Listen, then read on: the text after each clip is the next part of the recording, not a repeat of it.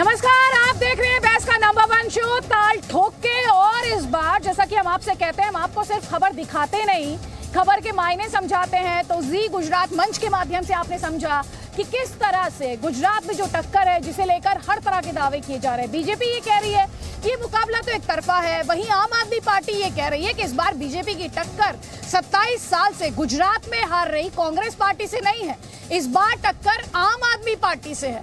और इन सब के बीच कांग्रेस पार्टी परिवर्तन की बात कर रही है। तो हमने आपको ये दिखाया अहमदाबाद से ही कि कैसे जितनी भी पॉलिटिकल पार्टीज है, जिसमें AIM भी है, जो कि जिस पर आरोप ये लग रहा है वो बीजेपी की बी टीम है, साथ ही जो विरोधी हैं AIM के, वो ये भी आरोप लगाते हैं कि वो उसे जानबूझकर जो मुस्लिम वोट बैंक है उसमें सेंध लगाने के लिए उतारा गया है। और हमने ये कोशिश की है कि ये तो पार्टियों के दावे हैं, नेताओं के दावे हैं। हम आपको ये समझाना चाहते हैं ग्राउंड से कि ग्राउंड पर जनता जनार्दन, लोकतंत्र में जनता जो सोचती है वही परम सत्य है। तो जनता क्या सोचती है, यहाँ ग्राउंड पर क्या सेंस है, यहाँ लोगों को क्या लगता है कि मुकाबला एक तरफा है, त्रिकोणीय है, या कांग्रेस और बीजेपी में जैसे कि पिछले 27 सालों से टक्कर होती आई है, तो ये टक्कर है किसके बीच। लेकिन अब ये जो पूरी लड़ाई है ये बहुत इंटरेस्टिंग होती जा रही है। वैसे थोड़ा सा मुझे आपको वैसे बताने की जरूरत नहीं, मैं कहाँ हूँ। मैं इस वक्त अहमदाबाद की शान पहचान रिवर फ्रंट पर हूँ। बड़ी संख्या में, अगर आप वहां पर देखेंगे तो बड़ी संख्या में आपको लोग भी दिखाई दे रहे हैं। वीकेंड का वक्त है तो लोग निकले हुए हैं और अपने अपने तरीके से जो फुर्सत के क्षण उन्हें मिले हैं एंजॉय कर रहे हैं, और हम उनके मन को जानने की, टटोलने की कोशिश कर रहे हैं। अब अगर पॉलिटिकल नैरेटिव की बात की जाए तो आज का दिन गुजरात में ये जो चुनावी रण है उस लिहाज से काफी इंटरेस्टिंग रहा। क्यों रहा? क्योंकि आज ये पूरी लड़ाई जो थी वो गृह मंत्री अमित शाह बनाम AIM प्रमुख, AIM के सदर असदुद्दीन ओवैसी बनती दिखाई दी। एक तरफ होम मिनिस्टर का बड़ा बयान आया 2002 में जो गुजरात में दंगे हुए थे, और उसके बाद कैसे दंगों पर ब्रेक लग गया, किस तरह से जो दंगाई थे उन्हें पाठ पढ़ाया गया, ये बात होम मिनिस्टर द्वारा कही गई। तो दूसरी तरफ पलटवार आया असदुद्दीन ओवैसी की तरफ से, और उन्होंने 2002 के जो दंगे थे और उनके जो जख्म थे उन्हें अपने स्टेटमेंट्स के माध्यम से, अपने बयानों के माध्यम से एक बार फिर से हरा कर दिया। पहले तो ये बहुत ज्यादा जरूरी हो जाता है कि जो वार पलटवार हुआ है, एक तरफ होम मिनिस्टर, दूसरी तरफ असदुद्दीन ओवैसी के बीच, ये इस रिपोर्ट के माध्यम से समझिए आप।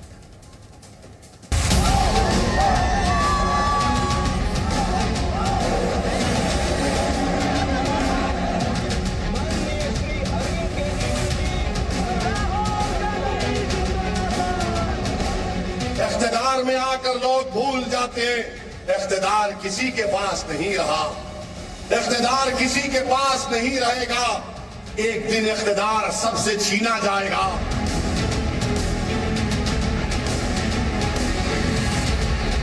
2002 में एक बार नरेंद्र भाई वक्त डपलू करवानो ट्राय करो, एवो पाठ भणायो कि 2002 પછી 22 से हजी कोई डोकू ऊंचू दी गई।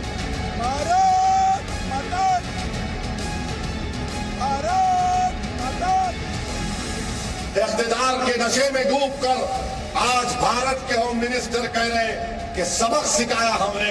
अरे आपने कौन सा सबक सिखाया? पूरे मुल्क में बदनामी हो गई।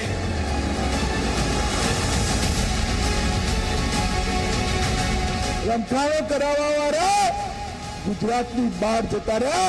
भारतीय जनता पार्टीए गुजरात में शांति स्थापी, कर्फ्यू वगरनो प्रदेश बनावानुं काम आ भारतीय जनता पार्टी है।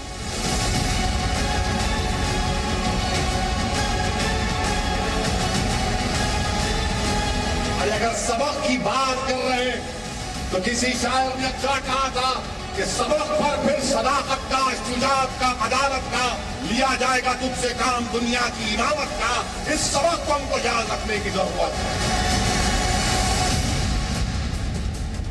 अब जब आप ये हमारी टीजर रिपोर्ट देख रहे थे, आप भी सोच रहे होंगे कि एक तरफ आप क्या देखते हो सुनते हैं, आप देखते हो सुनते हैं विकास की बात की जाती है, रोजगार की बात की जाती है, एजुकेशन की बात की जाती है, और दूसरी तरफ कभी आपको आफ्ताब सुनने को मिलता है, कभी सद्दाम हुसैन सुनने को मिलता है, कभी आर्टिकल 370 की बात होने लगती है, राम मंदिर की बात होने लगती है, धार्मिक ध्रुवीकरण की बात होने लगती है। और एक और बड़ा सवाल जो बार बार गुजरात में जो चुनावी पिच है, यानी इलेक्शन की जो ये पिच है, इससे जुड़ा हुआ बार बार उठ रहा है कि ये हिंदुत्व, इसे क्या चुनावी मजबूरी माना जाए या ये जरूरी है? दरअसल एक तरफ लगातार इस सवाल पर बहस छिड़ी हुई है।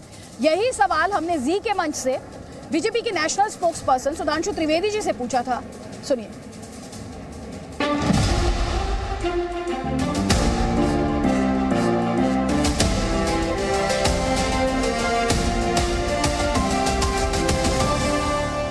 કેમ છો સુધાંશુજી?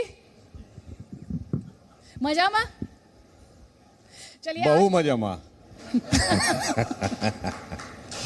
अच्छा चलिए, यूजुअली मैं आपसे पहले सवाल से शुरू करती हूँ, आज मैं आपसे दूसरे सवाल से शुरू करूंगी और आपके विरोधियों के सवाल से शुरू करूंगी।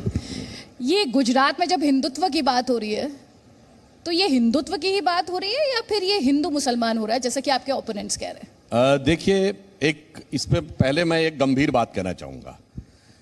ये हिंदुत्व शब्द के साथ जो खिलवाड़ करने का प्रयास किया जाता है, अंग्रेजी में आपने हिंदुइज्म शब्द सुना होगा, पर कभी क्रिश्चियनिज्म या इस्लामिज्म वर्ड सुना है?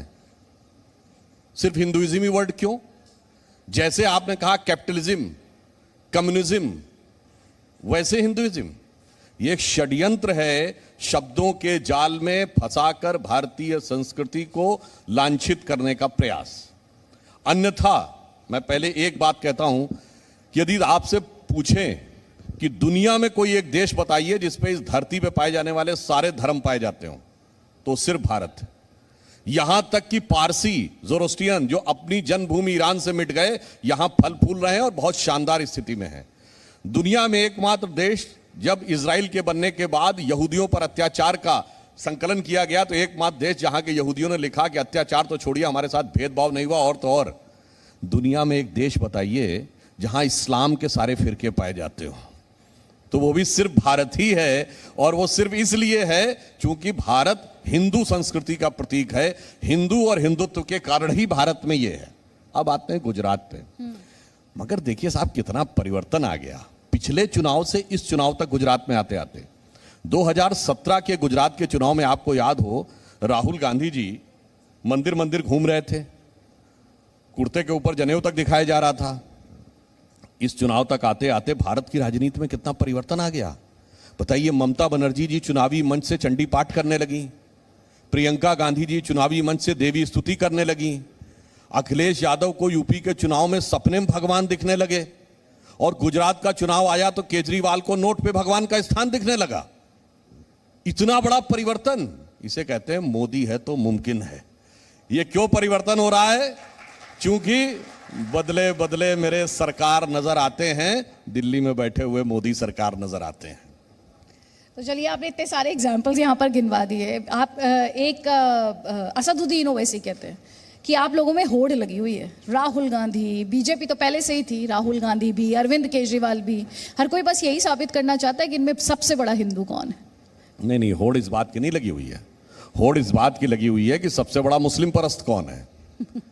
देखिए, अब जो ये होड़ की बात करते हैं, जब सीए का, एनआरसी का मामला आया, तो कांग्रेस हो, असदुद्दीन ओवैसी हो, कम्युनिस्ट पार्टियां हो या जितनी भी रीजनल पार्टियां हो, इन सब में होड़ थी।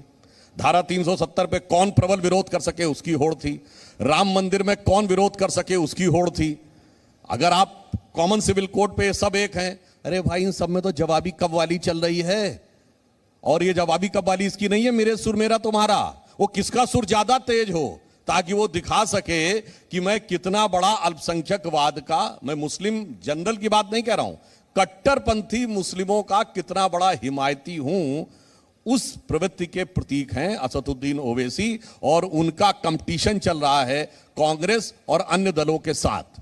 उदाहरण के लिए मैं एक बात बताना चाहता हूं कि जब रथ यात्रा चल रही थी अडवाणी जी की, तो पहले कम्युनिस्टों ने हल्ला मचाया, फिर कांग्रेस ने उससे ज्यादा हल्ला मचाया, फिर लालू यादव जी ने कहा सारा क्रेडिट तो यही लिए जा रहे हैं तो मैं गिरफ्तार करवा देता हूं, तो फिर मुलायम सिंह जी को लगा कि सारा क्रेडिट तो वही ले गए तो मैं गोली चलवा देता हूं। तो वो जवाबी कव्वाली का दौर या यो प्रतिस्पर्धा, मैं कहूंगा देश के लिए घातक तुष्टीकरण की राजनीति की प्रतिस्पर्धा पिछले 30 वर्षों में चल रही है। और हम ईमानदारी से सर्वपंथ संभाव, यानी जिसे ट्रूली सेक्युलर कहते हैं, उसमें विश्वास करते हैं। अब मैं वो कोर क्वेश्चन पर लौटती हूँ जिसकी मैंने जिक्र किया था कि मैं दूसरे सवाल से शुरू करूंगी। पहला क्वेश्चन यही है, हिंदुत्व जरूरी है या चुनावी मजबूरी है? देखिए, और ये सवाल मेरा सिर्फ बीजेपी के कॉन्टेक्स्ट में नहीं, गुजरात की जो सियासी पिक्चर है उसके कॉन्टेक्स्ट में। देखिए, हमारे लिए हिंदू धर्म और हिंदुत्व भारतीय संस्कृति का मूलभूत आधार तत्व है, बाकियों के लिए चुनावी है। मैं उदाहरण के साथ बोलना चाहता हूं। ये गुजरात की धरती है। स्वतंत्रता के तुरंत बाद यहां पर सोमनाथ के मंदिर का भव्य निर्माण सरदार पटेल साहब ने करवाया। किसी ने विरोध किया था? सब उसको एक्सेप्ट करने को तैयार थे। श्री राम जन्मभूमि में मूर्तियां प्रकट हुई 22-23 दिसंबर 1949 की रात। और आप लोगों को नहीं पता होगा, 12 साल तक मुस्लिम वर्ग पक्षकारी नहीं बना। वो दिसंबर 1961 में बना, जब 12 साल की मियाद पूरी होने में 11 दिन रह गए थे, 12 साल के बाद वो फोरफिट हो जाता क्लेम। इसका अर्थ यह हुआ कि ऐसी बात नहीं थी कि लोग इसमें राजनीति देख रहे थे। पर अफसोस क्या हुआ, जब से ये देश सेकुलर हो गया, संविधान के मूल प्रारूप में बाबा साहब अंबेडकर के संविधान में यह देश सेकुलर नहीं था। संविधान सभा की डिबेट पढ़ लीजिए, वहां कहा गया था माइनॉरिटी और सेकुलर दोनों शब्द एक साथ नहीं हो सकते। यदि कोई देश सेकुलर होगा तो माइनॉरिटी नहीं हो सकती, माइनॉरिटी है तो फिर सेकुलर वर्ड नहीं हो सकता। चूंकि पंडित नेहरू का बहुत आग्रह था कि माइनॉरिटी रखना है, इसलिए संविधान सभा की वह डिबेट, जिसमें प्रस्ताव केटी शाह जी जो गुजरात के ही थे उन्होंने रखा था, और इस पे लोकनाथ मिश्रा, एचएन मुखर्जी, जवाहरलाल नेहरू जी सबने अलग किया था। मगर लोकतंत्र के सबसे काले अध्याय में 1976 में इमरजेंसी लगा के सारे विपक्ष को जेल में डालकर और पूरे विपक्ष का दम घोटकर, लोकतंत्र का दम घोटकर जब 42वां संशोधन करके ये वर्ड डाला गया, सारी समस्या उसके बाद आई।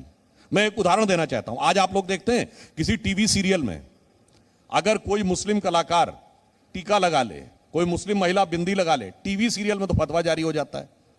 और एक जमाना था, आजादी के बाद के दौर की बात बता रहा हूं, जहां गाने लिखे जाते थे, भजन लिखने वाला भी मुस्लिम होता था, संगीत देने वाला भी मुस्लिम होता था और गाने वाला भी मुस्लिम होता था। जैसे आपको याद हो, मन तरपट हरिदर्शन को आज, बड़ा फेमस गाना था ना, लिखा था शकील बदायूनी ने और म्यूजिक दिया था नौशाद अली ने और गाया था मोहम्मद रफी ने। आज तो फतवा जारी हो जाता ना। क्यों गा लिया था? तब ये सेकुलर नहीं था, सेकुलर की राजनीति नहीं थी। जब से सेकुलर वर्ड डाल के और उसकी राजनीति शुरू हुई है, भारत में सारी समस्या तब आई। तो हमारे लिए यह अनादिकाल से भारत की परंपरा का प्रतीक है और उनके लिए राजनीति का उदाहरण भी देता हूं।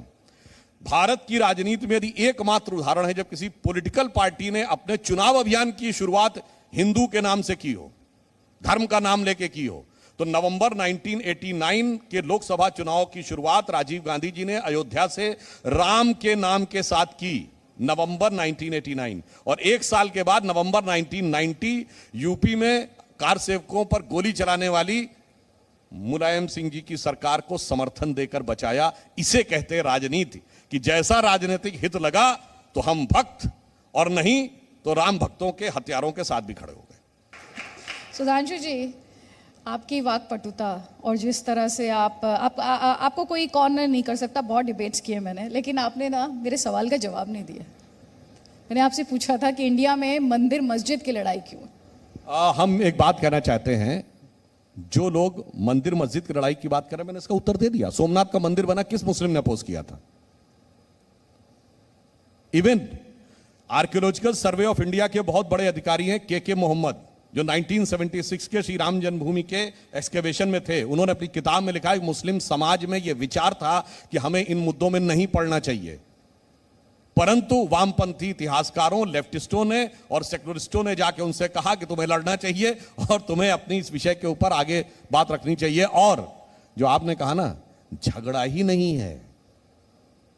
अंतर किस बात का है, मैं एक उदाहरण देना चाहता हूं। अभी कुछ दिन पहले नोट दिखाया गया था ना इंडोनेशिया का, उस पे गणेश जी की फोटो थी, गणेश जी की चित्र बना था, उसके साथ एक व्यक्ति की भी फोटो थी। वो व्यक्ति जानते हैं कौन थे? वो इंडोनेशिया के पहले राष्ट्रपति अहमद सुकर्नो थे। और उनकी स्थिति इंडोनेशिया में वैसी है जैसे हमारे यहां गांधी जी माने जाते हैं। नाम क्या है? अहमद सुकर्नो, कर्ण से रिलेटेड है उनका नाम। और वो जो भारत का पहला गणतंत्र दिवस हुआ था 26 जनवरी 1950, उसके चीफ गेस्ट वही थे। और जो फर्स्ट नॉन अलाइन कॉन्फ्रेंस हुई थी, गुट निरपेक्ष सम्मेलन, उसमें जब वो आए और सभी राष्ट्राध्यक्षों को नेहरू जी ने एक एक गिफ्ट दिया, तो अहमद सुकर्णो ने कहा मुझे एक गिफ्ट और चाहिए। क्या? कहा 4 घड़े गंगा जल। तो पाकिस्तान वाले ने पूछा मुस्लिम हो के आप गंगा जल मांग रहे हैं, ये क्या कर रहे हैं? तो अहमद सुकर्णो का उत्तर था कि by change of circumstances we have changed our way of worship but we can not change our forefathers. अब आप समझिए कोई झगड़ा ही नहीं है, मगर जिनको झगड़ा क्रिएट करना, अच्छा चलिए मान लिया यहां मंदिर मस्जिद का झगड़ा है, ये बताइए जहां सिर्फ मस्जिद है वहां झगड़ा किस बात का है? ये काबुल में काहे बम फूटते हैं, ये सीरिया में काहे बम फूटते हैं, ये इराक में, लीबिया में, पाकिस्तान में वहां बम किस बात को फूटते हैं?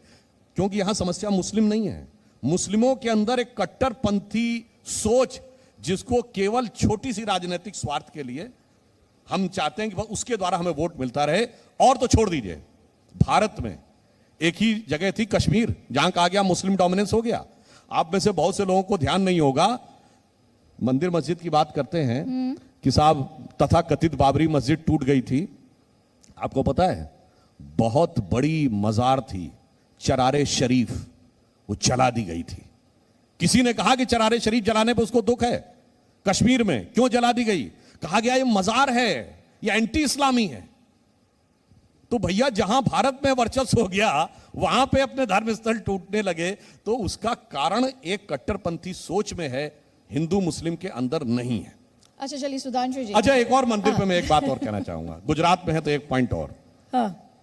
हिंदुत्व और विकास क्या होता है उसका उदाहरण देखना हो तो मोढेरा गांव है, यह भारत का पहला सोलर एनर्जी से चलने वाला गांव बना है।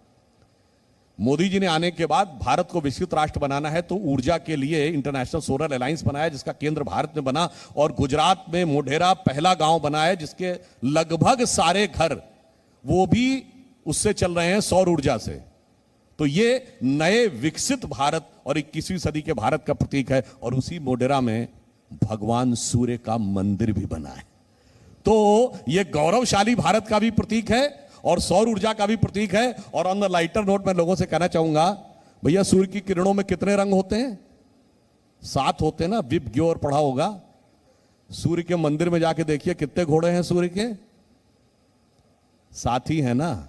तो हमें हमेशा से पता था, मगर हमारे दिमाग में आके ये भरने का प्रयास किया जाता है, जैसे आपने साइंस बताई, सारे उसमें हमारे 7 ही रंग हैं। और सूर्य पृथ्वी के चारों ओर घूमता, उन लोगों ने बताया था।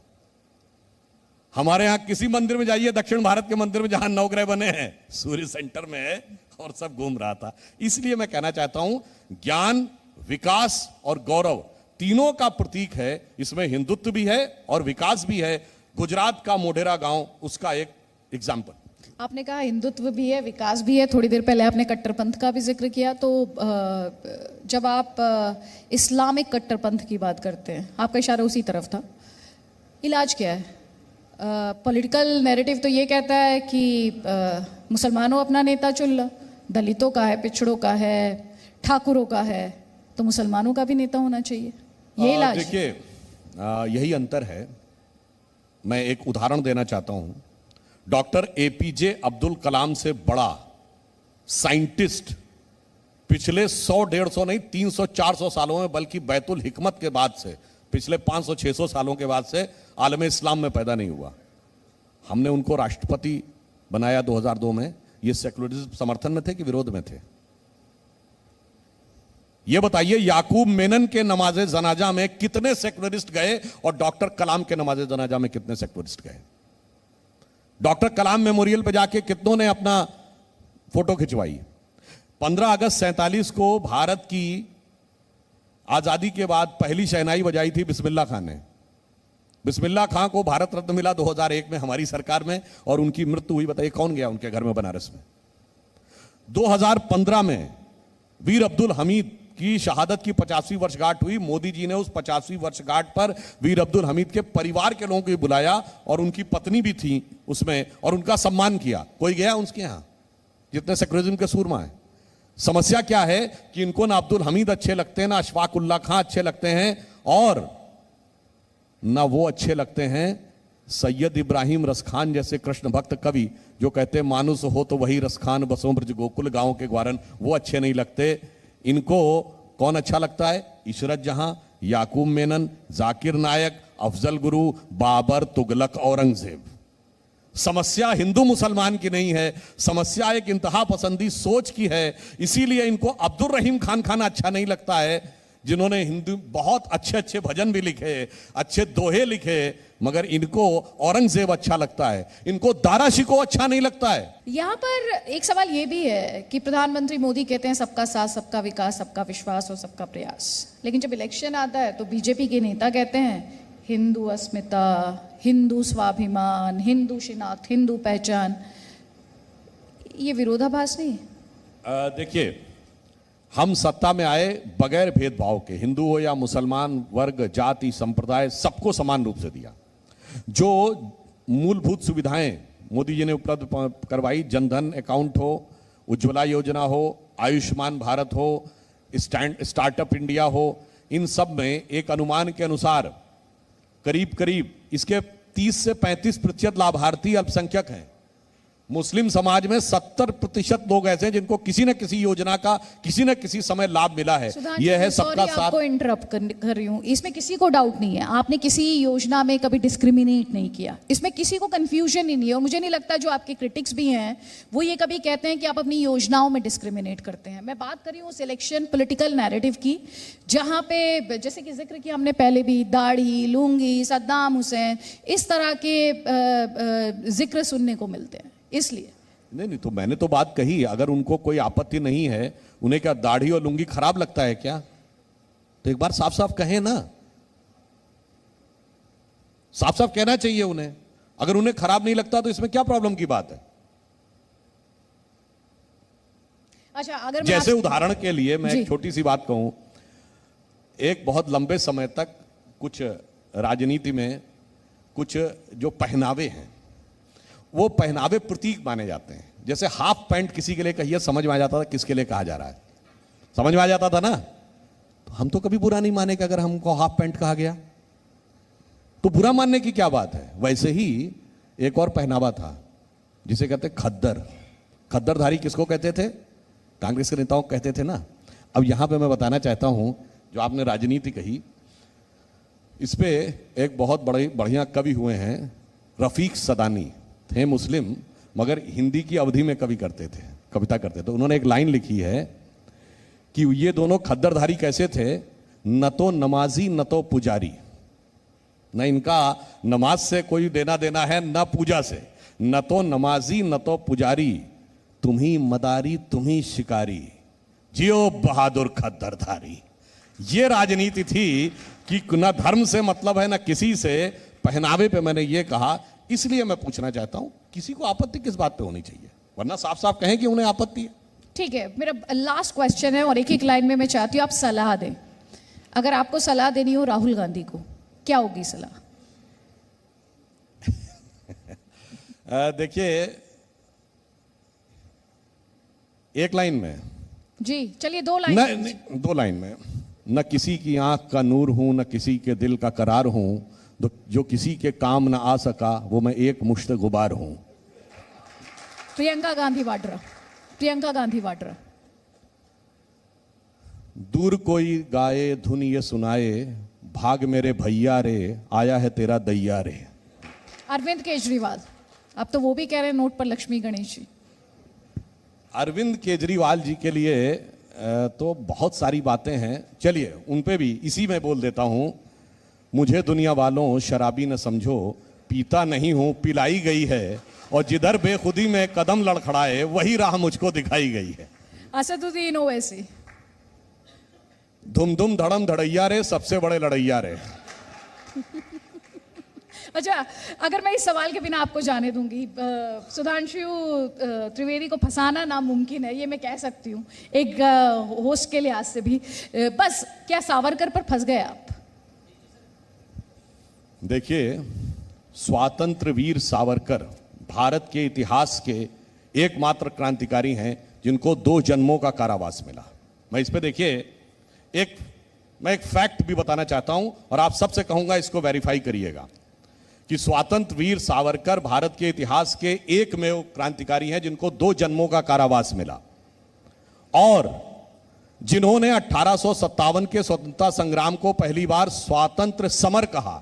मैं चुनौती के साथ कहता हूं कि 1907 से पहले कोई कांग्रेस का नेता बताइए जिसने 1857 को स्वतंत्रता संग्राम कहा हो। सबने सिपाही म्यूटनी और वो कहा। और एक और बात बताऊं, 1910 में सावरकर जी को 2 जन्मों के कारावास की सजा हुई और 1910 में कांग्रेस का अध्यक्ष कौन था?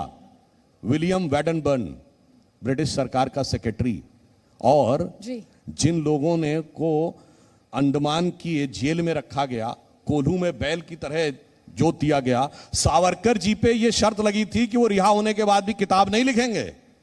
मगर जो लोग ऐसे जेल में रहे कि जलवाए जलाल से रहे, सेक्रेटरी भी था, खाने का खाना भी था, किताब लिखने के लिए भी सब कुछ अवेलेबल था, और फिर माउंट बेटन के साथ अत्यंत मधुर संबंध थे। 1948 में जाके शिमला में छुट्टी भी मना रहे थे। वो स्वतंत्रता का संग्राम लड़ रहे थे और जेल की कोठरी वाला संग्राम नहीं लड़ रहा था, और उन्हीं को सारा क्रेडिट मिला। इस पे एक लाइन और कह देता हूं कि नौरंगी सियासत दौरा तो देखिए कि मंजिल मिली उन्हीं को जो शरीके सफर न थे।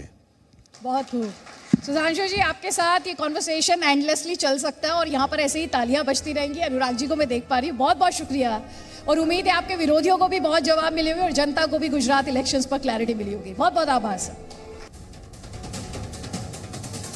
तो बीजेपी के नेशनल स्पोक्सपर्सन सुधांशु त्रिवेदी को आप सुन रहे थे। वो ये बता रहे थे कि जहां बीजेपी के लिए कोर एजेंडा है हिंदुत्व, वहीं दूसरे दलों के लिए एक चुनावी मजबूरी या सियासी मजबूरी है।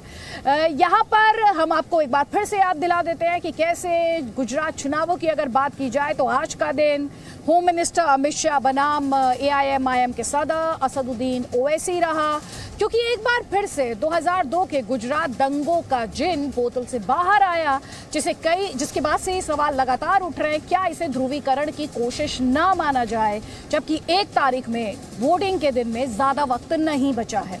आप सुनिए गृह मंत्री अमित शाह और असदुद्दीन ओवैसी किस तरह से एक दूसरे पर वार पलटवार कर रहे हैं 2002 के गुजरात दंगों को लेकर।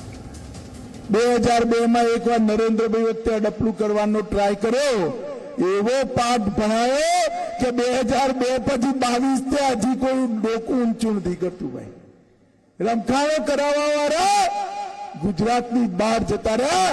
भारतीय जनता पार्टीए गुजरात में शांति स्थापी कर्फ्यू वगरनो प्रदेश बनावानु काम आ भारतीय जनता पार्टीए कर्यु छे। आज यहां के MP साहब जनाब अमित शाह ने अपने भाषण में कहीं पर कह दिया कि 2002 में हमने जो सबक सिखाया था उसकी बिना पर गुजरात में अमन कायम हो गया।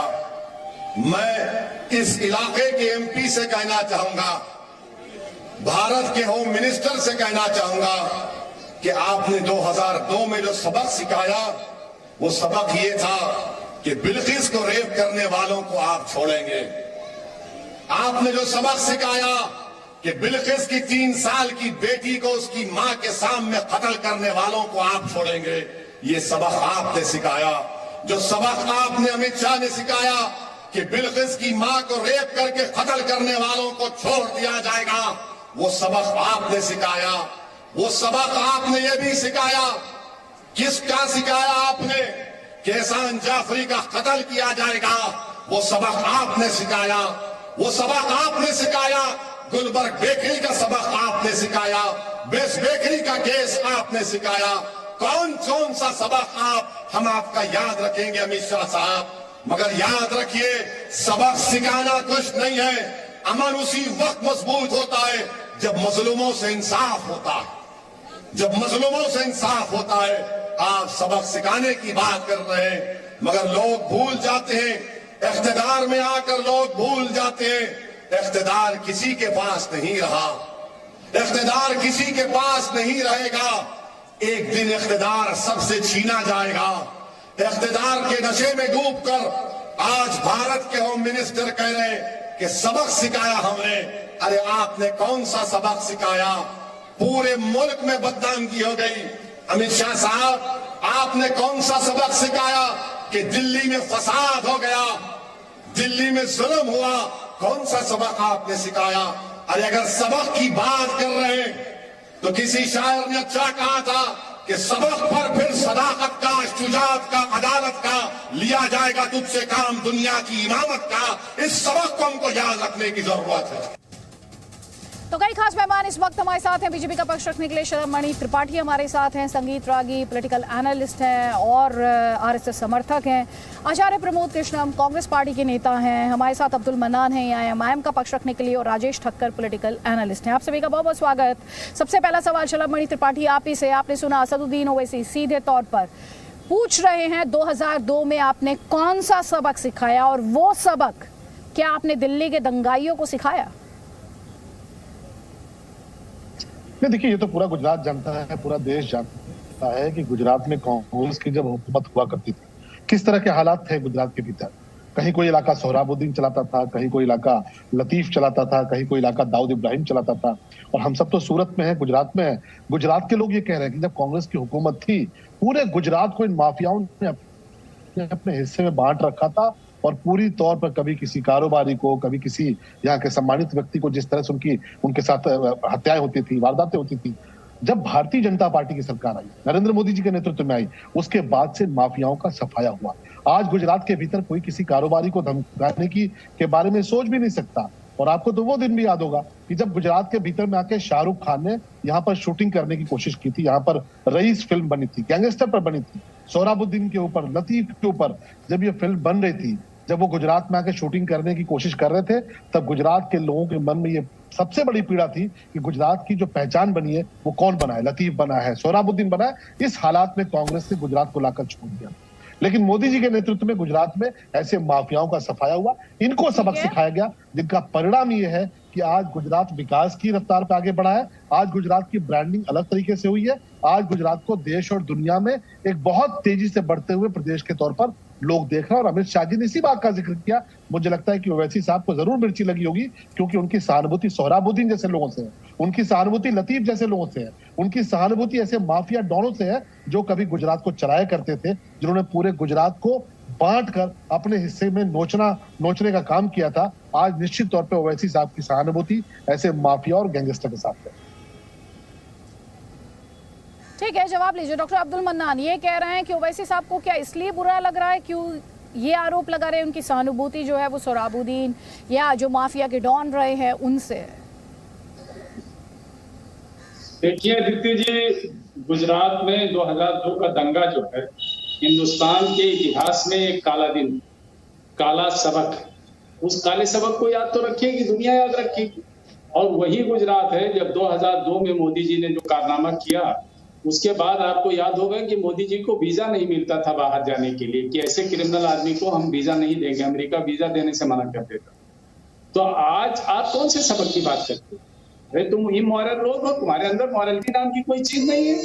2002 में ही तो बिल्किस का तुमने रेप किया था, उसको, उसके बच्ची को पेट में मार दिया था, उसकी माँ को मार दिया था, उसके फैमिली के लोगों को मार दिया था, और आज भी शर्म नहीं आती। आज भी आप 11 उन लोगों को जो सुप्रीम कोर्ट के दोषी हैं उनको आप जो है छोड़ देते हो। तो आपने सबक सिखाया, आप सत्ता के अहंकार में चूर हो। लेकिन याद रखिएगा कि खाक नशीनों उठ बैठो, यही गरीब जब उठेगा ना, खाक नशीनों उठ बैठो, वो वक्त करीब आ जाए, आने वाला है जब तख्त उछाल गिराए जाएंगे, जब ताज उछाले जाएंगे। एक बात याद रखिएगा कि यह अहंकार न हिटलर का चला न किसी और का चला, इंदिरा गांधी से ज्यादा मजबूत नहीं हो। इमरजेंसी में इंदिरा गांधी लगती थी, अभिजीत है, विजेता है। लेकिन आए जब जनता सड़कों पर आई तो बड़े बड़े का घमंड चूर हो गया। अमित शाह घमंड में चूर है, और वो ऐसी बातें कर रहे कि 2002 में सबक सिखाया। कौन सा सबक सिखाया? वही कि एहसान जाफरी को जिंदा फूंक दिया। और ये कांग्रेसी जो अपने आप को बनते हैं कि हम बीजेपी से मुकाबला करने वाले हैं, ये खामोश रहे, ये सड़कों पे नहीं उतरे। अरे अगर ये कांग्रेस किसी लायक होती तो आज अमित शाह इस बात को बोलने के लायक ना होते। और याद रखिएगा कि अब हिंदुस्तान के इतिहास में भाजपा के लोगों, अमित शाह जी, मोदी जी, तुम्हें तुर्की बा तुर्की जवाब देने के लिए असदुद्दीन ओवैसी आ गए हैं। और असदुद्दीन ओवैसी कभी चुप नहीं रहेंगे। जो बात करोगे एक्शन होगा तो रिएक्शन होगा। तो असदुद्दीन ओवैसी हैं ना, तुम उनसे पार्लियामेंट होगा तो रिएक्शन होगा। सर ठीक है, डॉक्टर अब्दुल मन्नान थोड़ा सा संयमित तरीके से फिर सवाल ये भी उठेगा अमित शाह को जवाब देने के लिए असदुद्दीन ओवैसी, तो AIMIM कितनी सीटों पर चुनाव लड़ रही गुजरात में, बहुत सारे सवाल उठेंगे। अभी जवाब लीजिए, आपने कांग्रेस पार्टी को कटघरे में खड़ा किया, पहले तो कांग्रेस पार्टी से जवाब लीजिए। आचार्य प्रमोद कृष्णम, इन्होंने कहा कि गुजरात में जो कुछ हुआ 2002 में, कांग्रेस पार्टी भी उतनी बड़ी गुनहगार है जितनी बीजेपी।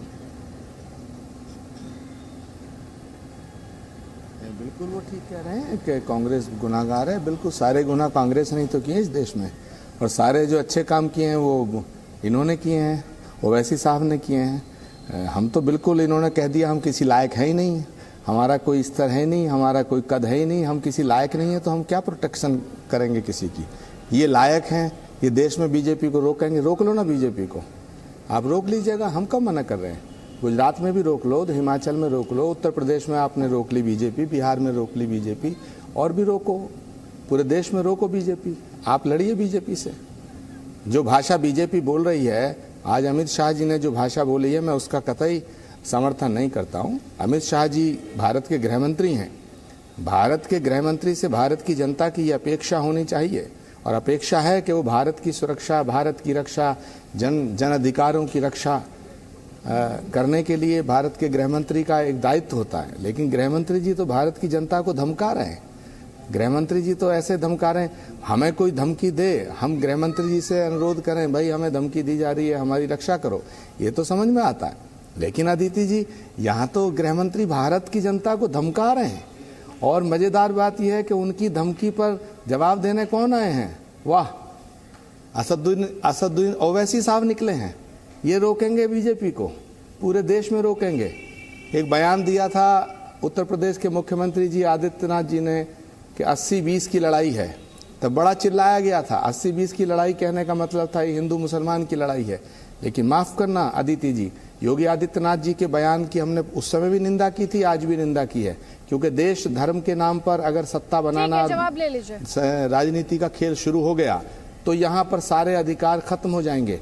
योगी आदित्यनाथ जी के उस बयान को हमने अच्छा बयान नहीं माना था, लेकिन आज जिस तरह का बयान अमित शाह जी ने दिया वो और गलत है, और उस पर जो जवाब देने के लिए ओवैसी साहब की पार्टी इस तरह की बातें कर रही है, ये और गलत है, ये और गलत है। ठीक है, आप ये कह रहे हैं प्रमोद कृष्णम, ये कह रहे हैं कि धमकाने की कोशिश है, डराने की कोशिश है। ठीक है सर, जवाब लीजिए। संगीत रागी। एब्सोल्युटली। देखिए जिस प्रकार से कार सेवकों को ट्रेन में जलाया गया था, उसमें किसी एक पार्टी ने नहीं, हिंदू समाज की एक प्रतिक्रिया थी, और वो गुजरात की प्रतिक्रिया थी। और आप स्वाभाविक है कि एक हत्या होती है तो उसकी प्रतिक्रिया हो जाती है। आप ही के नेता की एक हत्या हुई थी तो आपने कहा था बड़ा पेड़ गिरता है, तो ये सब चीज़ें होती रहती हैं। मैं इसको जस्टिफाई नहीं कर रहा, लेकिन जहाँ पर एक रोस्टेड चिकन की तरह 52 लोगों को झुलसा दिया जाए, आग में जला दिया जाए, तो समाज प्रतिक्रिया करती है, और हर जगह करती, संभवतः वहाँ भी किया। दूसरी बात, ये बात जो पहले अभी कहा जा रहा था, गुजरात से माफियाओं का खात्मा होने की बात की गई। 2002 के बाद गुजरात में दंगे नहीं हुए। क्या कारण था कि भिवंडी, अहमदाबाद, बड़ौदा, हर जगह कांग्रेस के राज में दंगे ही हुआ करते थे।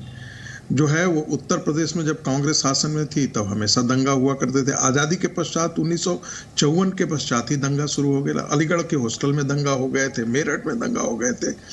तो क्या कारण है कि गुजरात आज के दिन में एक शांतिप्रिय देश है, शांतिप्रिय प्रदेश है, और जो कांग्रेस शासित राज्य है, आप राजस्थान को ही जरा उठा करके देख लीजिए किस प्रकार का बवाल मचाया है। सरतन से जुदा के नारे जहाँ सबसे ज्यादा कहाँ पर लगाए गए? कांग्रेस शासित राज्यों में लगाए गए, भारतीय जनता पार्टी के साथ। तो आप होम मिनिस्टर को जो कटघरे में खड़ा करना चाहते हैं, आप अपने गिरेबान में झांक करके देखिए कि रेडिकल इस्लामिस्ट तत्वों को आपने किस प्रकार से प्रश्रय दिया। भारत आजाद तो हुआ, लेकिन इस देश पर इस्लामिक शासन कंटिन्यू करता रहा। आप संविधान बनाया, लेकिन आपने संविधान में मोर देन इक्वल राइट्स आपने किसको दिया? माइनॉरिटीज को आपने दिया। उनकी सुरक्षा का दायित्व तो आपको बहुत सालते रहा। हिंदुओं की सुरक्षा का दायित्व आपने नहीं लिया। तो हिंदू समाज ने अपनी सुरक्षा का दायित्व धीरे धीरे अपने आप को मजबूत करना शुरू किया। यही एक सच्चाई है। ठीक है, जवाब ले लीजिए आचार्य प्रमोद कृष्णम। आदित्य जी, संगीत रागी जी शायद भूल गए, उन्होंने एक बात बहुत इंपॉर्टेंट कही कि साहब ये सब दंगे आपके राज में हुए, लेकिन मैं पूछना चाहता हूँ ये गोधरा जब हुआ था, जहाँ संतों का तमाम कार सेवकों की जो ट्रेन को आग लगाई गई थी, सरकार तो आपकी थी, क्यों हुआ गोधरा कांड? और उसके बाद जब गुजरात का दंगा हुआ, बीजेपी की सरकार थी। आप अपने आप को क्लीन चिट देने वाले कौन है? आखिर क्यों हुआ दंगा? पाले हुए थे, उन्होंने दंगा किया, उसके बाद दंगा क्यों नहीं कर रहे हैं? ये देखिए ना, 2002 के बाद दंगे नहीं हुए, ये इंपॉर्टेंट बात है, नहीं कर रहे हैं। ये देखिए ना, 2002 के बाद दंगे नहीं हुए, ये इंपॉर्टेंट बात है। मेरी बात, मेरा दंगों की मैंने जो जवाब देना था दे दिया। आपने अभी कहा संगीत रागी जी, उनका जवाब पूरा हो जाने दीजिए। संगीत रागी जी, उनका जवाब पूरा हो जाने दीजिए। 20 सेकंड से Acharya Pramod Krishnam. Okay, thank you Aditya जी।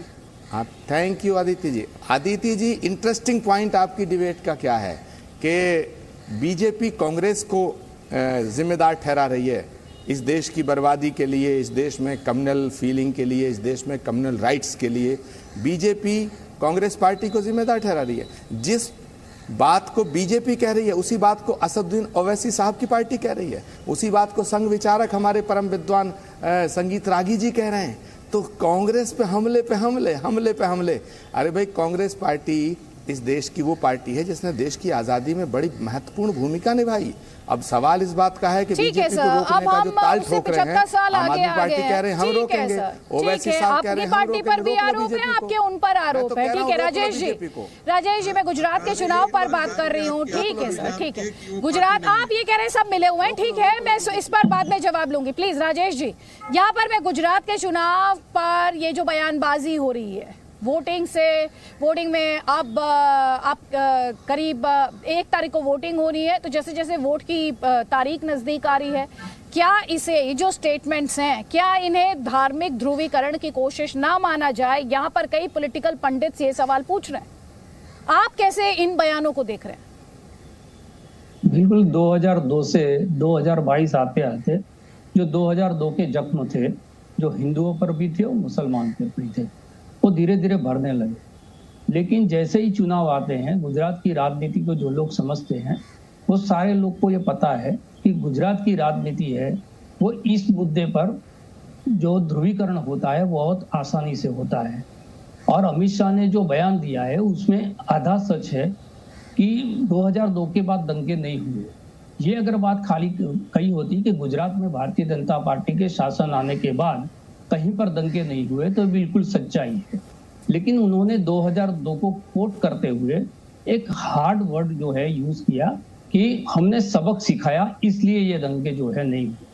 और उसकी प्रतिक्रिया जो है वो ना कांग्रेस से आई, यहाँ के लोकल नेताओं से, ना दूसरे किसी दल से आई।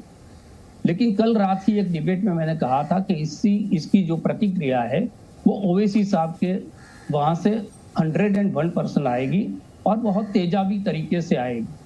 जो लोग 14 सीट पर चुनाव लड़ रहे हैं पूरे गुजरात में, और वो लोग ये बात बताने की कोशिश कर रहे हैं कि मुसलमानों के रहनुमा जो है और भारतीय जनता पार्टी की ये ध्रुवीकरण की राजनीति है, उसको काउंटर करने के लिए हम गुजरात में आए हैं। जब तक 14 सीटों में 12 सीटों पर उनके मुस्लिम कैंडिडेट्स है, तो यहाँ से जब बयान आएंगे तो बात हुई जो यहाँ पर एक्शन और रिएक्शन की।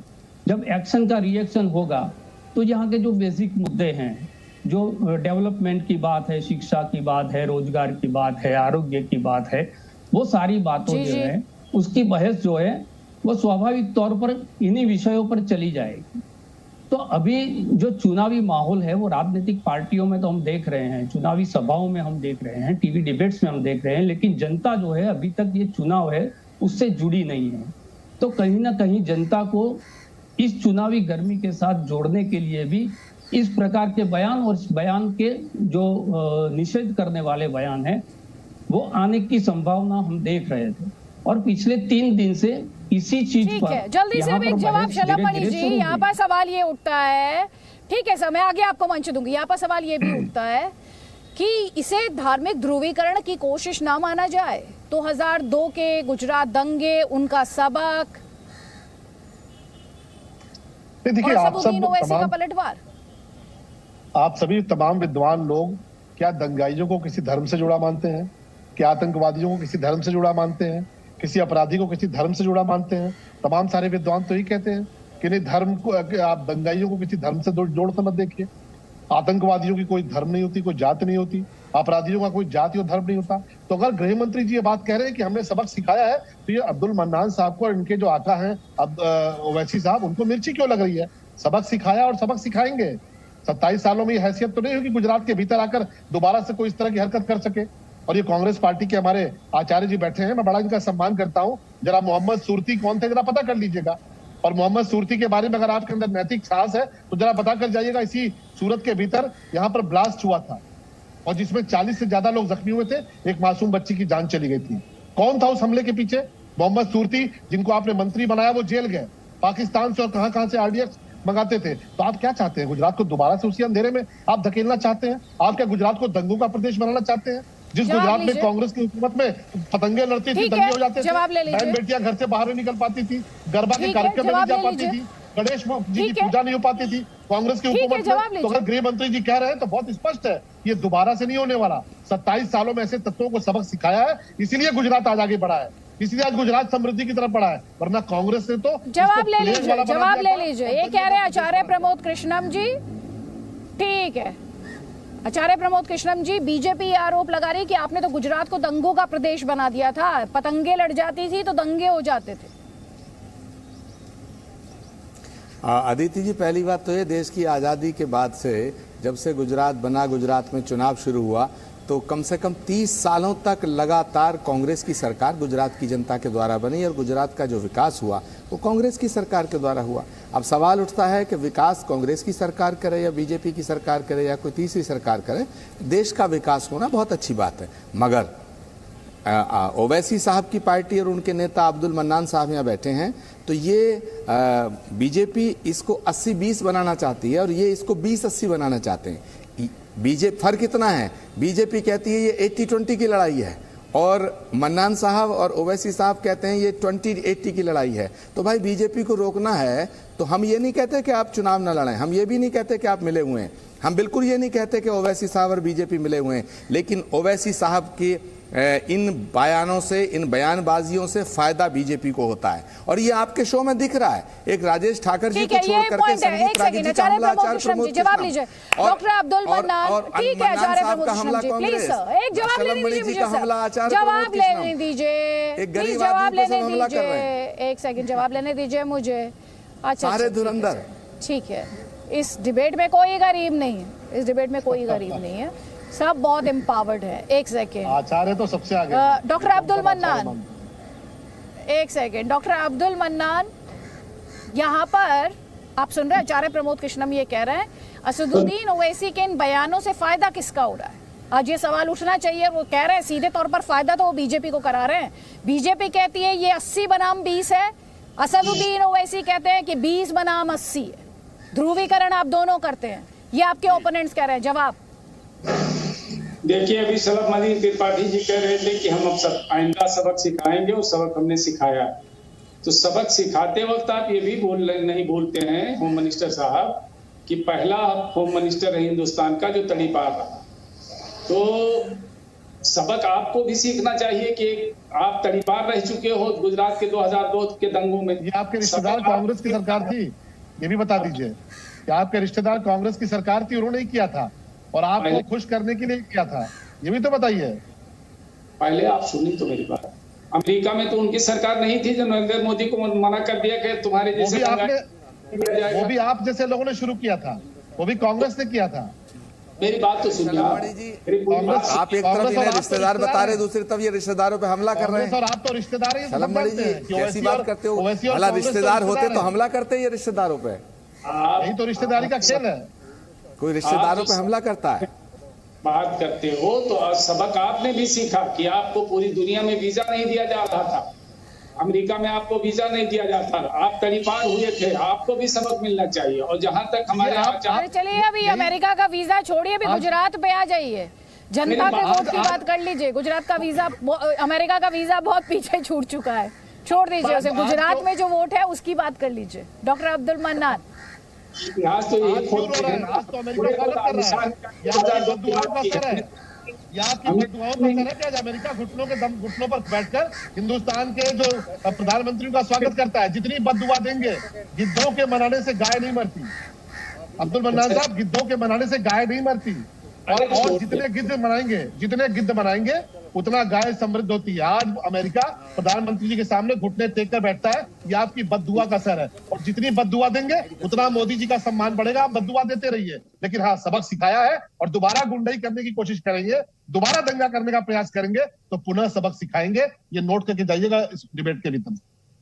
ऐसा है कि पूरे हिंदुस्तान में जिस तरह से आपका चेहरा बेनकाब हुआ आरएसएस का, पूरी दुनिया में आज अमेरिका हो, इंग्लैंड हो, फ्रांस हो, जर्मन हो, कोई भी कंट्री हो, वो जानती है कि जब से आरएसएस और बीजेपी आई है तब से ध्रुवीकरण यहाँ शुरू हुआ है, हिंदू मुसलमान में नफरत हुआ है, नफरत की बाजार गर्म हुई है। पूरे देश को बदनाम करने में आपका और आपके संघ परिवार का और बीजेपी का हाथ रहा है, और मोदी जी का और अमित शाह जी का हाथ रहा है।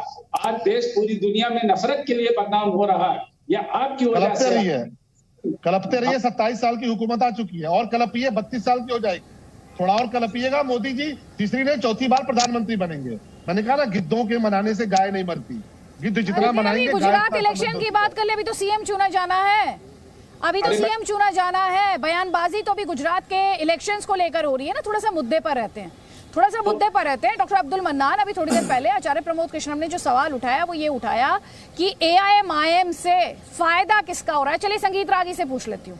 संगीत रागी होम मिनिस्टर बयान देते हैं, जवाब में असदुद्दीन ओवैसी आते हैं। यहाँ पर सवाल ये उठा रही है कांग्रेस पार्टी, असदुद्दीन ओवैसी खुद तो लड़ रहे हैं 13-14 सीटों पर, फायदा किसे पहुंचा रहे हैं? प्रमोद कृष्णन जी देखिए आधी जवाब आधी बात करने दिया। आवाज प्लीज। देखिए आवाज एक बार में नहीं समझ पाऊंगी, एक साथ नहीं सुन। देखिए आचार्य जी का कहने का मतलब है कि यदि असदुद्दीन ओवैसी वोट, यदि मुसलमानों का वोट उनको मिल रहा है तो मुस्लिम वोट काट करके और कांग्रेस को घाटा पहुंचा रहे हैं। ये अजीब तर्क है। यानी कि मुस्लिम वोट बड़ा सेकुलर वोट है, वो तो कांग्रेस को ही जाना चाहिए। मुस्लिम वोटों का विभाजन नहीं होना चाहिए, वो तो कांग्रेस के पास जाना है। आप जरा दूसरे परिप्रेक्ष्य से देखिए, यदि भारतीय जनता पार्टी ऐसा ही कहना शुरू कर दे कि वो शिवसेना नहीं लड़े, हिंदुओं का वोट डिवीजन हो रहा है, कोई अन्य जातीय पार्टियां न लड़े, हिंदुओं का वोट डिवीजन हो रहा है, तब जाकर के यही लोग कहते हैं देखिए भारतीय जनता पार्टी तो इस प्रकार की बातें कर रही थी। आप ये मान करके चलते हैं कि हिंदुओं का वोट तो डिवीजन हो कोई फर्क नहीं पड़ता है, मुसलमानों का वोट डिवीजन नहीं होना चाहिए, वो तो कांग्रेस की चौखट पर ही आना चाहिए। अरे आचार्य जी, ये वक्त बदल गया है। संगीत राजी जी, एक सेकेंड, ये इंपॉर्टेंट पॉइंट है, इसको मैं जरा इस पे काउंटर लूंगी। आचार्य प्रमोद कृष्णम, इन्होंने ये कहा हिंदुओं का वोट डिवाइड हो तो प्रॉब्लम नहीं है, लेकिन मुसलमानों का वोट डिवाइड नहीं होना चाहिए, ये चिंता पॉलिटिकल पार्टीज को रहती है। क्यों? देखिए आदित्य जी, वोट है, हिंदुओं का वोट भी वोट है और मुसलमानों का वोट भी वोट है। मैंने बिल्कुल ये विषय नहीं उठाया, मैं इसके पक्ष में नहीं हूँ कि वोट जो डाले वोटर वो धर्म के आधार पर डाले, इसीलिए मैं इस धर्म के नाम पर मांग रहे वोटों की राजनीति के खिलाफ हूँ। मैं अगर कोई कहता है कि मैं हिंदू हूँ मुझे इसलिए वोट दे दो, मैं उसके भी खिलाफ हूँ। अगर कोई मुझे कहता है मैं मुसलमान हूँ इसीलिए, तो मेरा झगड़ा AIMIM से क्या हो रहा है? मुझे 5 सेकंड दे दीजिएगा अनइंटरप्टेड प्लीज। मैं एक बात कहना चाहता हूँ, भारत के गृह मंत्री ने जो बात कही है मैं उसे पूरे देश की जनता को धमकी मानता हूँ, उसका खंडन करता हूँ, लेकिन AIMIM के प्रवक्ता महोदय मन्नान साहब ने भारत के गृह मंत्री को जो तड़ी पार कहा है, मैं इसका भी विरोध करता हूं, क्योंकि उनका जो पद है, उनकी जो गरिमा है, भारत का गृह मंत्री भारत का है, उनको इस तरह के शब्दों से उनके बारे में बात करना ही ठीक नहीं है। हमारी राजनीतिक विरोधाभास हो सकता है, लेकिन हमारी दुश्मनी थोड़ी है। परंतु जो शलम मणि त्रिपाठी कह रहे हैं कि भाई ओवैसी साहब की रिश्तेदारी कांग्रेस से है, भाई रिश्तेदार वो होता है जो रिश्तेदार को फायदा पहुंचाए, तो फायदा तो आपको पहुंचा रहे हैं, तो रिश्तेदारी तो आपसे मानी जाएगी। संगीत रागी की आवाज। देखिए इनको लगता है कि पोलराइजेशन नहीं है साहब। आजादी के बावजूद भी भारत का हिंदू समाज एक ढंग से गुलामी की जिंदगी ही जी रहा था। मुस्लिमों की संवेदनाओं के प्रति तो कांग्रेस पार्टी बहुत संवेदनशील रही, लेकिन हिंदुओं की संवेदना, चाहे वो उनके मंदिरों की बात हो, उनके मठों की बात, आज भी उनके मठ और मंदिर जो है वो सरकार के नियंत्रण में है। जरा आप टैक्स लगा करके आप मस्जिदों पर देखिए तो सही, आप चर्च पर टैक्स लगाइए तो सही, लेकिन आप हिंदुओं के मंदिरों और मठों से पैसा कर आप उगाही करते रहे। इसके अतिरिक्त वक्फ बोर्ड की जमीन जो है वो कायदे से भारत सरकार के पास होनी चाहिए थी, उनके पास नहीं। चूंकि 1965 के बाद से आपने एजेंडा ही बना लिया था, जब 15 सूत्रीय जो मुसलमानों का आपके पास मेमोरेंडम आया था उसके बाद से ही आपने एजेंडा, हमको किसी भी प्रकार से कांग्रेस चाहती थी कि मुसलमानों का एक मुफ्त वोट हम। संगीत रागी जी बहुत इंटरेस्टिंग है। एक तरफ आप कहते हैं कि कांग्रेस ने अपीजमेंट किया, AIM कहती है कि मुसलमानों का सिर्फ वोट लिया और उन्हें शोषित और वंचित रखा। तो ये अपने आप में आर्ग्यूमेंट जो है ये भी अपने आप में बहुत इंटरेस्टिंग है, क्योंकि दोनों ही आर्ग्यूमेंट से कांग्रेस पार्टी को घेरा जाता है। तो उन्होंने अपीजमेंट किया तो शोषित वंचित रखा, तो कांग्रेस ये इंपॉर्टेंट आर्ग्यूमेंट है। लेकिन राजेश जी मैं आगे मंच दूंगी आचार्य जी और संगीत रागी जी। मैं एक कॉमेंट यहाँ पे राजेश जी का लेना चाहती हूँ। राजेश जी, गुजरात की चुनावी पिच में ये जो अभी मौजूदा बयानबाजी है, ये 2002 के गुजरात दंगों का जो जिन बोतल से बाहर आया है, क्या आपको लग रहा है आने वाले दिनों में ये बयानबाजी और तेज होगी? बिल्कुल तेज होगी। और भारतीय जनता पार्टी जो है वो अपनी पिच पर सारे लोगों को खिलाने के में माहिर।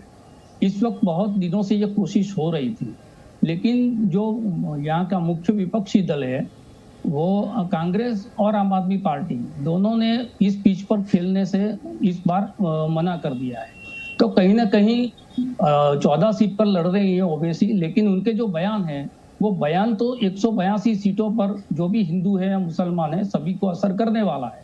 तो टोकन लड़ाई लड़ने वाली जो पार्टी है वो पार्टी एक मुद्दे को जो है जो चलाना चाहती है वो बिल्कुल यहाँ पर दिख रहा है। और उससे जो यहाँ के बेसिक मुद्दे थे, बहुत सालों के बाद गुजरात के अंदर शिक्षा, रोजगार, आरोग्य ये बेसिक मुद्दे बने हैं और उस मुद्दे पर चर्चाएं हो रही थी।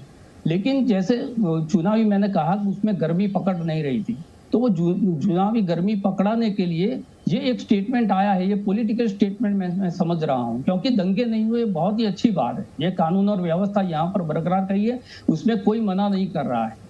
जिस तरह की स्थिति आज गुजरात के अंदर बनी है सुरक्षा के मामले में, वो स्थिति 20 साल पहले नहीं थी, ये भी सारे लोग जानते हैं। लेकिन जो 2022 का चुनाव है, जो अभी पॉइंट उठाया राजेश जी ने, इसमें शलभमणि त्रिपाठी आपका जवाब चाह रही है और आपसे सवाल मेरा ये है। ठीक है राजेश जी, आगे मंच दूंगी सर। यहाँ पे जो सवाल उठा रहे थे ये राजेश जी, ये कह रहे हैं ये पॉलिटिकल स्टेटमेंट बहुत सोच समझकर इस पॉइंट पर दिया गया है ताकि चुनाव में गर्मी लाई जा सके।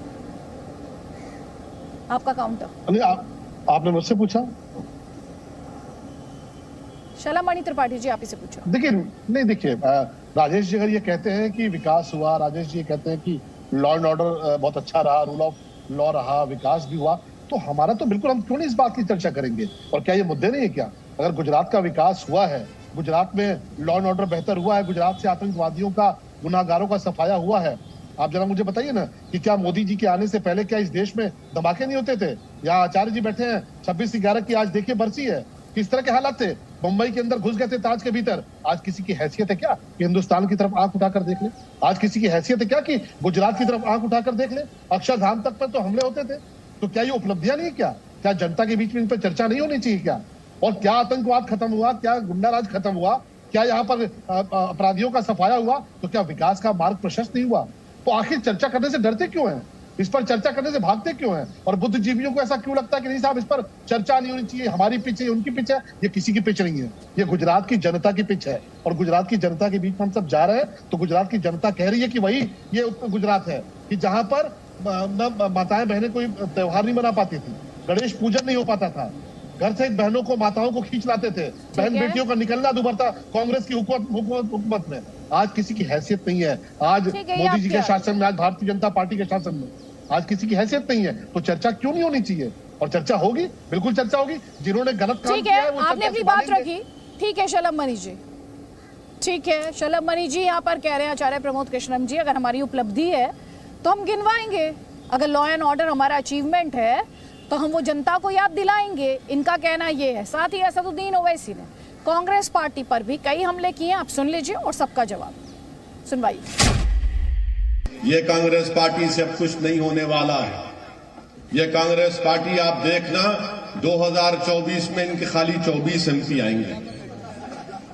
इनका जो बुरा हाल है कि गिरते जा रहे हैं, गिरते जा रहे हैं, गिरते जा रहे हैं, इतना बुरा हाल इनका हो चुका है। हम पर इल्जाम लगाते हैं कि हमारे लड़ने से भाजपा को फायदा होता।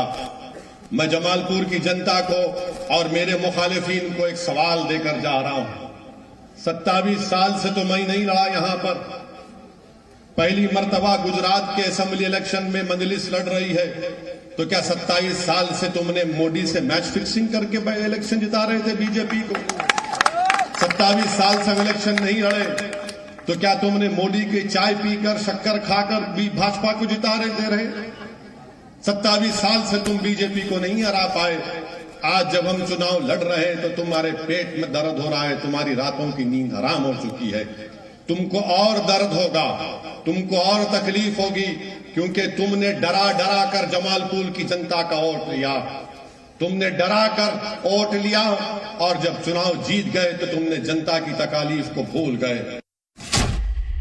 भारत की पार्लियामेंट में मजलिस इत्तेहादुल मुस्लिमीन के 2 MP हैं, और जब अल्लाह के फजलो करम से नबी करीम सल्लल्लाहु अलैहि वसल्लम के सदक़े तुफ़ैल में मैं या इम्तियाज जलील जब भारत की सबसे बड़ी पंचायत में खड़े होकर 6-7 मिनट के लिए बोलते हैं, मैं आपसे सवाल कर रहा हूं, जब हम खड़े होकर 5-6 मिनट की तकरीर करते हैं, तो क्या आपको महसूस नहीं होता कि हाँ, ये जो दीवाना जिसको लोग इल्जाम लगाते हैं वोट काटने का, ये दीवाना जब खड़े होकर पार्लियामेंट में आपके बारे में बोलता है तो हर आदमी ये कहता है कि हाँ, ये जो अपनी जबान से अल्फाज निकाल रहा है, ये हमारी तकालीफ को बयान कर रहा है, ये हमारी नाइंसाफी को भारत की पार्लियामेंट में उठा रहा है, ये इंसाफ के लिए लड़ रहा है। अरे बताओ फिर कौन तुम्हारी जबान में बोलता है?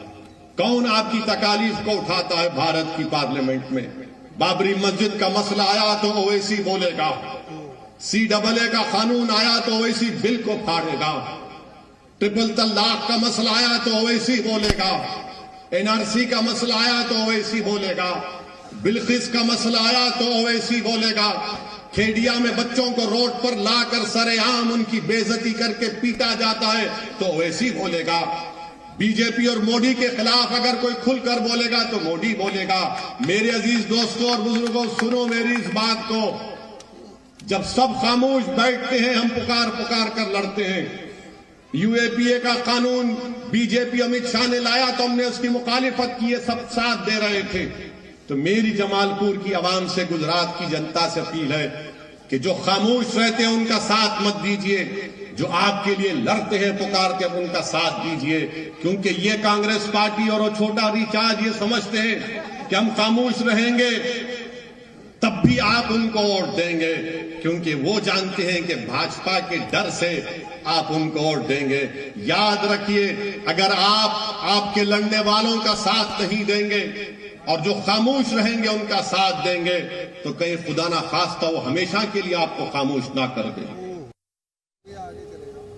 आचार्य प्रमोद कृष्णम जी, आपने सुना शलमणि त्रिपाठी ने आप पर जो आरोप लगाया कानून व्यवस्था को लेकर बड़ा सवालिया निशान आपके शासन में रहता था, ये सीधे तौर पर आरोप उन्होंने लगाया। और असदुद्दीन ओवैसी को भी आपने सुना कि मुसलमानों के लिए आपने कुछ किया नहीं, सिर्फ उनके वोट बटोरे। जल्दी से आपका जवाब, 50 सेकंड है आपके पास। देखिए, पहली बात तो यह है कि शलमणि त्रिपाठी जी ने कहा कि आज का दिन जो है 26/11 मुंबई अटैक की बरसी है। कांग्रेस की ये कमज़ोरी थी कि मुंबई अटैक हुआ, तो भाई ये उरी पे अटैक किसके राज में हुआ, पठानकोट पे अटैक किसके राज में हुआ, पुलवामा किसके राज में हुआ, पार्लियामेंट पे अटैक किसके राज में हुआ, कंधार किसके राज में हुआ। दूसरा सवाल ये है कि इन्होंने कहा, बड़ी मज़ेदार बात ये है कि बीजेपी, RSS और सारे लोग कह रहे हैं कि साहब ओवैसी साहब से रिश्तेदारी है कांग्रेस की। अरे भाई, रिश्तेदार का फर्ज होता है रिश्तेदार को फायदा पहुंचाना। ये कैसी रिश्तेदारी है कि जो बीजेपी कह रही है कि साहब कांग्रेस की मुसलमानों से और ओवैसी साहब से रिश्तेदारी है, और ओवैसी साहब की पार्टी के लोग कह रहे हैं कांग्रेस ने मुसलमानों का कुछ नहीं किया। तो जो फायदा जिसको हो रहा है, बेनिफिशियरी कौन है? रिश्तेदार तो वो है। तीसरा पॉइंट, राष्ट्रीय स्वयंसेवक संघ का एक राष्ट्रीय मुस्लिम मंच। मुझे आचार्य प्रमोद कृष्णम जी, समय का अभाव है मेरे पास, मुझे इस डिस्कशन को यहीं क्लोज करना पड़ेगा। आप सभी मेहमानों का बहुत बहुत शुक्रिया, और इस वादे के साथ कि गुजरात से ग्राउंड रियलिटी जो तस्वीर है ग्राउंड पर, जमीन पर, वो हम आप तक पहुंचाते रहेंगे, क्योंकि जी न्यूज़ पर हम आपको सिर्फ खबर दिखाते नहीं, खबर के मायने भी समझाते हैं।